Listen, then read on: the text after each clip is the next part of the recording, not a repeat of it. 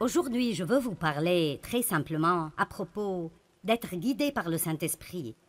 Simplement être guidé par le Saint-Esprit. Dans 2 Corinthiens chapitre 3, verset 8, Paul a dit que, en tant que serviteur de Dieu, il devait s'assurer que les gens obtiennent et soient guidés par le Saint-Esprit. Il a dit le ministère au service de l'Esprit. Ce ministère spirituel qui est de faire que les hommes obtiennent et soient gouvernés par le Saint-Esprit sera bien plus glorieux encore que quand la loi a été donnée. Pensez à cela. C'est ce que je fais, et c'est la responsabilité de tout serviteur, d'enseigner aux gens toute la parole de Dieu, mais surtout enseigner aux gens comment vivre une vie où ils sont remplis du Saint-Esprit tout le temps, littéralement remplis du Saint-Esprit tout le temps. Et je veux encourager chacun d'entre vous aujourd'hui et chaque jour de votre vie à prier pour que vous soyez remplis jusqu'à déborder de la présence et de la puissance du Saint-Esprit. Le monde est dans un état désespéré et quand les gens sont autour d'un croyant, il doit y avoir un débordement qui sort de nos vies, qui fera une différence pour quelqu'un d'autre. Et je veux avoir ce débordement dans ma vie jusqu'au point où je n'ai pas nécessairement besoin de prêcher à quiconque. Et je ne parle pas de comme je le fais maintenant, mais quand je vais à la pharmacie ou au supermarché, je veux que les gens sachent qu'il y a une différence dans ma vie. Et je crois que c'est ma responsabilité, en tant que serviteur, d'enseigner tout le conseil de la parole de Dieu, mais particulièrement de savoir plus à propos du ministère du Saint-Esprit. Quand Jésus est monté aux cieux, il a dit « Ce sera en fait plus avantageux pour vous que je m'en aille, parce que si je m'en vais, je vous enverrai le Saint-Esprit. » Jésus ne pouvait être qu'à un seul endroit à la fois parce qu'il était dans un corps, mais le Saint-Esprit est dans nous tous et travaille à travers nous tous, tout le temps, à travers toute la terre. C'est pourquoi Jésus a dit « Vous accomplirez les œuvres que je fais, vous en ferez même de plus grandes. » Chacun tout seul ne fera peut-être pas de choses plus grandes, mais nous tous, si nous travaillons ensemble comme un seul homme, nous pouvons faire de plus grandes choses parce que le Saint-Esprit est en nous tous et il travaille. Donc nous voulons obtenir et être remplis de et guidés par le Saint-Esprit. Maintenant, être guidé par le Saint-Esprit est quelque chose de vraiment majeur. Et j'étais une chrétienne pour beaucoup d'années. Et même si j'aimais Dieu et j'allais à l'église régulièrement, je n'étais pas guidée par le Saint-Esprit. J'étais guidée par moi-même.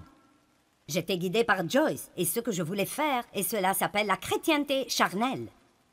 C'est de cela que Paul parlait quand il parlait à propos de personnes qui étaient charnelles. Mais quand nous apprenons comment être guidés par le Saint-Esprit nous guide hors de l'esclavage et dans la victoire. Il nous montre quoi faire quand nous avons des problèmes dans certaines situations. Il nous guide dans de grandes décisions spirituelles majeures et qui changent nos vies. Et il nous guide dans les petites choses de tous les jours qui ne feraient probablement aucune différence pour quiconque d'autre que vous. Nous avons besoin d'avoir ce genre de relation proche avec le Saint-Esprit. Donc il dit « Je veux que vous soyez remplis et guidés par le Saint-Esprit. » Maintenant, 1 Thessaloniciens chapitre 5, versets 22, 23 et 24. « Retenez ce qui est bon et gardez-vous de ce qui est mauvais sous quelque forme et quelque type que ce soit. Que le Dieu de paix lui-même vous rende entièrement saints, qu'il vous sépare des choses profanes, vous rende purs et entièrement consacrés à Dieu, et qu'il vous garde parfaitement esprit, âme et corps. Maintenant comprenez cela. Votre esprit, votre âme et votre corps, votre esprit, votre âme et votre corps. Encore une fois, qu'il vous garde parfaitement esprit, âme et corps, afin que vous soyez irréprochables lors de la venue de notre Seigneur Jésus-Christ le Messie. Et le verset 24, « Celui qui vous appelle à lui est fidèle et digne de confiance, et c'est lui qui accomplira tout cela. Il accomplira son appel en vous bénissant et en vous gardant. » Maintenant, je pense que si un jour nous ne serons pas en colère contre nous-mêmes, nous devons peut-être nous comprendre nous-mêmes un peu mieux que maintenant, parce que vous savez que vous pouvez vouloir deux choses différentes en même temps. L'une étant bonne et l'autre étant mauvaise. Et vous pensez, quel est mon problème maintenant? Je veux me lever et aller à l'église demain. Je ne veux pas me lever et aller à l'église demain. Je ne veux pas manger cette glace au chocolat. Je veux manger cette glace au chocolat. Je veux te pardonner. Je veux rester en colère contre toi tout le reste de ma vie. Eh bien, ce qui arrive est ceci. Ceux-ci sont nos petits amis aujourd'hui. Le corps, l'âme et l'esprit. Nous avons une petite lumière dans notre esprit. J'ai pensé que c'était plutôt génial. Alors, quand nous sommes nés de nouveau, cette partie de nous, la partie de l'esprit, qui est la partie la plus profonde de notre être, est rendue sainte. Nous sommes lavés à l'intérieur, parce que Dieu ne peut pas être quelque part qui n'est pas saint. Donc, pour qu'il vienne et pour qu'il vive en nous, il doit nettoyer l'endroit avant de pouvoir venir et y vivre. J'aime le dire ainsi, j'aime dire que lorsque nous sommes nés de nouveau, nous portons en nous la graine de tout ce que Dieu est. J'aime 1 Jean 3,9, il dit que nous recevons la semence divine du Dieu puissant. Nous obtenons une nouvelle nature. Dieu vient vivre en nous et nous avons littéralement tout ce dont nous avons besoin spirituellement pour grandir et être matures et être tout ce que Dieu veut que nous soyons. Alors il dit, je te sanctifierai, esprit. Mais quoi à propos de ce gars-là, l'âme? Mais qu'en est-il de... Vous voyez, nous l'avons bien habillé, n'est-ce pas merveilleux? Le corps. Et nous ne pouvions pas trouver de façon de le faire. Mais le corps aime se vêtir de tout cela et puis se regarder. N'aimez-vous pas cela? La moitié de ceci m'appartient probablement. Voici une petite étiquette qui dit « Je suis génial ». Et nous allons de « Je suis génial » à « Je suis stupide, je me déteste, je m'aime tellement ». Vous savez. Mais là, cette âme, je ne sais pas ce qui me serait arrivé si je n'étais pas arrivé à comprendre mon âme et la façon dont j'ai été façonné. J'ai appris ceci il y a beaucoup d'années en lisant des livres écrits par Watchman Nee parce que je n'apprenais vraiment cela nulle part alors. On me disait tout ce que j'avais et tout ce qui m'était disponible, mais rien de cela ne semblait marcher dans ma vie et je ne savais pas ce qui clochait. J'écoutais à propos des promesses de Dieu et de comment je pourrais avoir toutes ces choses par la foi, et je luttais si dur pour essayer d'appliquer chaque message que j'écoutais quand j'écoutais des enseignements. Et finalement, j'ai compris que ce dont la Bible dit que c'est à moi à la base est ce que j'ai en Christ. Mais si ça ne sort jamais de mon esprit, dans mon âme, et ne sort pas ultimement à travers mon corps jusqu'à là où les gens peuvent le voir, alors j'irai peut-être bien, mais je n'aiderai personne d'autre. Je ne pourrais pas faire quoi que ce soit pour quiconque d'autre. Et alors ça m'aidait vraiment pour me comprendre moi-même, de réaliser que mon âme, et nous en avons tous une, et ma pensée, ma volonté et mes émotions. Votre âme vous dit ce que vous voulez, ce que vous pensez et comment vous vous sentez. Elle ne vous dit rien à propos de Dieu, elle vous dit tout à propos de vous-même. Alors, votre esprit peut vous guider et vous dire de vous lever et d'aller à l'église, ou de donner quelque chose, ou de demander pardon à quelqu'un, ou de donner une faveur à quelqu'un. Et dans cette partie, la partie de la nouvelle nature en vous, vous voulez vraiment le faire. Vous aimez Dieu et vous voulez le faire. Mais après, votre âme dit « Je n'ai pas envie de faire cela. Je ne veux pas. Et franchement, je ne pense pas que c'est une bonne idée. Il n'était pas très gentil avec toi. Pourquoi devrais-tu faire cela? » Et alors, tout le raisonnement commence à propos de pourquoi vous ne devez pas faire cela et votre corps veut juste se reposer et faire la sieste ou manger un beignet ou quelque chose comme ça. Alors, vous devez comprendre, votre corps n'est capable de faire que ce que vous l'entraînez à faire. Il ne peut faire rien d'autre. Il est juste plutôt stupide, sauf si vous l'entraînez et le gardez sous contrôle tout le temps. Ce n'est pas surprenant que Paul ait dit « Je traite durement mon corps ». Il n'a pas dit « Je nourris sûrement mon corps ». Il a dit « Je traite durement mon corps ». Ça sonne pareil, mais les mots sont bien différents. Alors, ça nous aide beaucoup de comprendre ceci. Paul a décrit ce même dilemme dans Romains chapitre 7. Et si vous lisez Romains 7 depuis le verset 15 jusqu'à la fin du chapitre, vous penserez « Il sait de quoi je parle ». Parce que Paul dit « Quel est mon problème? Ce que je veux faire, je ne le fais pas. Et ce que je ne veux pas faire, je le fais. » Et puis c'est comme s'il avait une conversation avec lui-même. Donc si je ne veux pas le faire, mais je le fais, ce n'est donc plus moi qui agis ainsi, mais ça doit être une autre loi spirituelle à l'œuvre dans mon corps qui me fait agir ainsi. Et puis il continue encore et il dit finalement, « Qui me délivrera de ce corps de mort? Dieu soit loué, il le fera par Jésus-Christ. » Donc si nous revenons à 1 Thessaloniciens, il a dit « Je vous sanctifierai corps, âme et esprit. Je le ferai. J'accomplirai mon appel en vous sanctifiant. » Nous voyons que Jésus est le chef et le consommateur de la foi. La Bible nous enseigne dans Philippiens 1,6 que celui qui a commencé en vous cette bonne œuvre la rendra parfaite pour le jour de Jésus-Christ. Eh bien, si Dieu fera tout cela, et si j'ai été sauvé depuis 25 ans et je me suis toujours un désastre, si j'ai été sauvé depuis 25 ans et je suis toujours un désastre, j'essaierai de ce côté. Si j'ai été sauvé depuis 25 ans,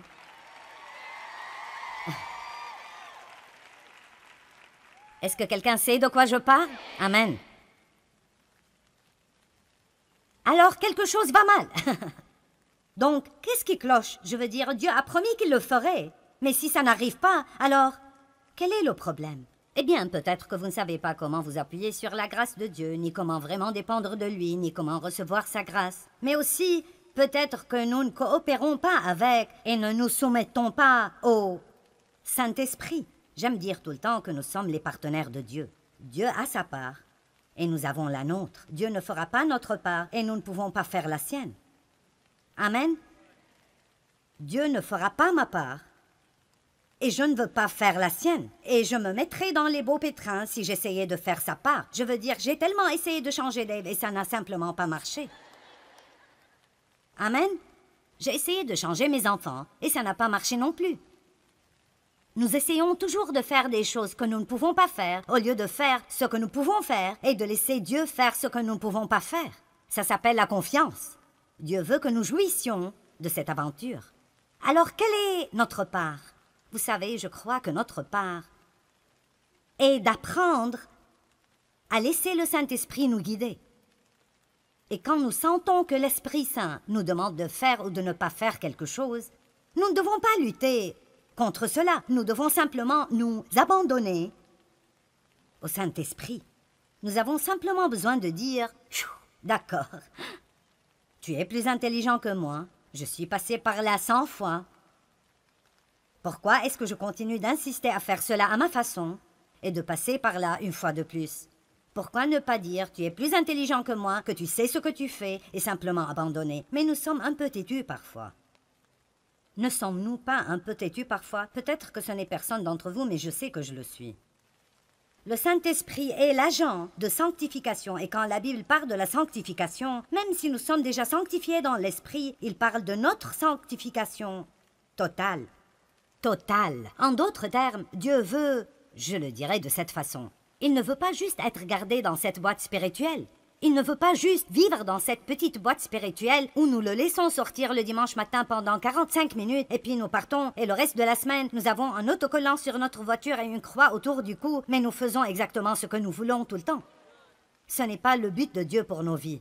Son but est que nous nourrissions notre esprit de la parole de Dieu qui commence alors à renouveler nos pensées et puis cette parole commence à agir dans nos vies. Elle change nos pensées, elle change notre volonté et elle commence à contrôler nos émotions.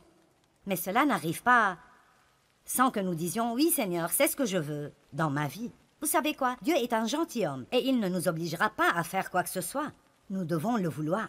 Et si vous étudiez le mot sanctification, c'est le même mot que sainteté. Et parfois, quand on parle de la sainteté, les gens sont un peu mal à l'aise. Mais la Bible dit que la sainteté est une récompense. C'est en fait une récompense. Quand vous vivez une vie sainte, c'est une récompense parce que vous ne vous sentez pas coupable et condamné tout le temps à cause de toutes ces choses que vous ne faites pas et que vous savez que vous devriez faire parce que Dieu vous a dit de les faire et vous ne l'avez pas écouté. Maintenant, vous avez des problèmes. Tout le monde reconnaît cette situation-là? D'accord. Tout le monde, bien sûr. Alors j'aimerais prendre la liberté ici de vous lire un peu de la définition du mot sanctification du dictionnaire grec Vine. Donc ce n'est pas quelque chose que je viens d'inventer. Ça vient des gens qui sont supposés savoir de quoi ils parlent. N'aimez-vous pas mettre le mot expert partout? Eh bien ceci vient des experts. Donc la sanctification veut dire réservé pour Dieu. Donc la première question que je veux vous poser est: est-ce que vous croyez que vous êtes réservé pour Dieu Vous ne vous appartenez pas, vous avez été acheté, d'après la Bible, acheté par quelque chose de précieux, le sang de Jésus-Christ. Et cette croix qui est en haut, je leur ai demandé de mettre ça là ce week-end, parce que je veux continuer à rappeler les gens du prix que Jésus a payé pour cette liberté que nous avons quand il a été cloué sur cette croix et a souffert et a saigné et est mort et a payé pour nos péchés. Amen. Et alors, je dois avoir un type de réponse à cela, différent de juste passer ma vie à faire ce que je veux faire. J'aime toujours dire que si Dieu n'avait besoin de nous pour rien, dès que nous sommes sauvés, il pourrait nous ravir d'ici et nous irions dans la gloire. Mais il a besoin de nous. Nous sommes les mains et les pieds, les yeux, les bras, la bouche, les oreilles de Jésus. Il appelle le monde à travers nous. Donc, mis à part pour Dieu. Et puis il dit le type de vie, ou comme j'aime l'appeler, le mode de vie, qui est approprié à ceux qui sont mis à part. Donc, en d'autres termes, si nous sommes mis à part pour Dieu, alors il y a un mode de vie qui doit aller avec cela. Alors, nous ne pouvons pas juste aller à l'église et continuer à vivre avec un mode de vie profane et impie toute la semaine. Il y a un certain mode de vie que nous vivons si nous appartenons à Dieu. Nous commençons à penser et à parler différemment. Nous commençons à agir différemment. Nous pardonnons aux gens qui nous ont blessés. Nous ne restons pas en colère contre eux. Nous ne gardons pas tout pour nous-mêmes. Nous apprenons en fait à nous réjouir dans le don. Nous sommes bons envers les gens. Nous voulons faire des choses pour les gens. Ça devient une marque déposée dans nos vies de voir combien de gens nous pouvons en fait rendre heureux. Nous ne sommes pas centrés sur nous-mêmes tout le temps en nous ayant nous-mêmes en tête. En fait, nous croyons que nous appartenons à Dieu et nous nous levons chaque jour pour dire « Dieu, me voici, montre-moi ce que tu veux faire pour moi aujourd'hui, montre-moi ce que tu veux faire à travers moi aujourd'hui, je ne m'appartiens pas, je t'appartiens à toi. » J'aime ce que Jésus a dit « J'ai préparé un corps pour vous. » Et c'est là où nous devons arriver. Nous sommes un corps totalement rempli et inondé de Dieu, comme le dit Paul dans Éphésiens 3, 19, pour que vous soyez remplis jusqu'à toute la plénitude de Dieu. Je vous le dis, quand vous arrivez au point où vous n'essayez pas de faire ce que vous voulez tout le temps, la vie devient si merveilleuse. Elle est absolument merveilleuse. Combien de vous savent ce que les feux d'arrêt sont? Vous arrivez à un feu d'arrêt et si le feu est vert, vous pouvez y aller. Et si le feu est orange, c'est supposé signifier « faites attention ». Ce ne serait pas très sage d'y aller, mais la plupart d'entre nous pensent juste que ça veut dire « dépêche-toi et passe avant que le feu devienne rouge ». Et donc si c'est un feu rouge, ça veut dire « stop ». Vous savez, je crois que dans notre relation avec le Saint-Esprit, nous avons aussi des feux verts, des feux oranges et des feux rouges. Et nous devons savoir quand c'est orange. Tu devrais faire attention à ce propos. Et quand nous obtenons ce vas-y, et nous entendons Dieu dire « Arrête-toi, ne fais pas ça, si tu le fais, tu auras des problèmes. » Je veux que les choses marchent bien dans ma vie, pas vous? Donc, nous sommes sanctifiés. Nous sommes supposés vivre une vie qui convient à notre appel. Et après, cette définition est longue et elle dit beaucoup d'autres choses, mais j'aime cette partie. Elle dit « Cette sanctification doit être apprise de Dieu comme il l'enseigne dans sa parole. » Écoutez ceci. Et elle doit être poursuivie par le croyant sincèrement et indéniablement. Donc, en d'autres termes, je ne l'aurai jamais si je ne le veux pas vraiment. Et je dois le vouloir, vraiment, vraiment, vraiment fortement. Écoutez cette traduction du dictionnaire grec. Ce caractère saint n'est pas indirect. Il ne peut pas être transféré ou imputé, mais c'est une possession individuelle bâtie petit à petit comme le résultat de l'obéissance à la parole de Dieu. Savez-vous que vous pouvez attraper des maladies, mais vous ne pouvez pas attraper la bonne santé? Et vous ne devez pas travailler dur, ni moi non plus, pour être impie. Ça vient naturellement, en quelque sorte. Vous ne pouvez pas juste attraper la sainteté. Vous ne pouvez pas juste aller à l'église et vous asseoir là et écouter quelqu'un en train de prêcher et penser que cela vous rendra saint. Mais vous apprenez des choses et puis vous faites des choix d'après ce que vous avez appris. Et puis petit à petit, jour après jour, votre caractère commence à changer. Je pensais à cela et c'est une bonne façon de le dire. Je l'ai dit, mais j'aime ceci. Ce que j'ai dans mon esprit comme don de Dieu, et vous avez tout ce dont vous avez dans votre esprit comme don de Dieu, acheté par le sang de Christ. Mais c'est là qu'il est dans votre esprit, et c'est là qu'il restera si vous n'apprenez pas à être guidé par le Saint-Esprit et à coopérer avec Dieu. Ce que j'ai dans mon esprit n'est pas mon caractère, c'est ma position en Christ. C'est qui je suis en Christ. Ça n'a rien à voir avec comment j'agis ou comment je me comporte ou comment ma vie affecte d'autres personnes. Quand nous entendons des prédications à propos de ce qui nous appartient en Christ, nous devons réaliser que ça nous appartient en Christ. Mais si nous voulons vraiment que ça affecte nos vies et la vie des gens autour de nous, alors ça doit sortir d'ici et commencer à contrôler mon âme et commencer à contrôler mes actions. Donc j'aime ça aussi. J'ai dit cela, mais je l'aime aussi. Et j'ai écrit très bien au-dessus de celle-là. Maintenant, écoutez cela. Ce que j'ai dans mon esprit est ce que Dieu a fait pour moi. La façon dont je vis est ce que je fais pour Christ. Amen. Ce que j'ai dans mon esprit est ce que Christ a fait pour moi. Mais quand quelqu'un m'énerve et mes émotions se déchaînent, et je ne veux plus être bon envers lui, et je veux me dire à son sujet, je veux dire à tout le monde ce qu'il a fait, mais je reçois un feu rouge. Vous me suivez? Je ne vous perds pas, j'espère. Et je reçois un feu rouge dans mon esprit. Non, non, non, j'ai entendu la parole. J'étais là quand le prédicateur a enseigné à propos du pardon. J'ai entendu ce message. Maintenant, c'est le moment de le faire. Amen. Vous savez, nous sommes vraiment excessivement éduqués à l'Église. Parfois, je ne pense pas qu'on a besoin d'un message de plus. Nous avons juste besoin d'appliquer ce que nous avons déjà. Amen.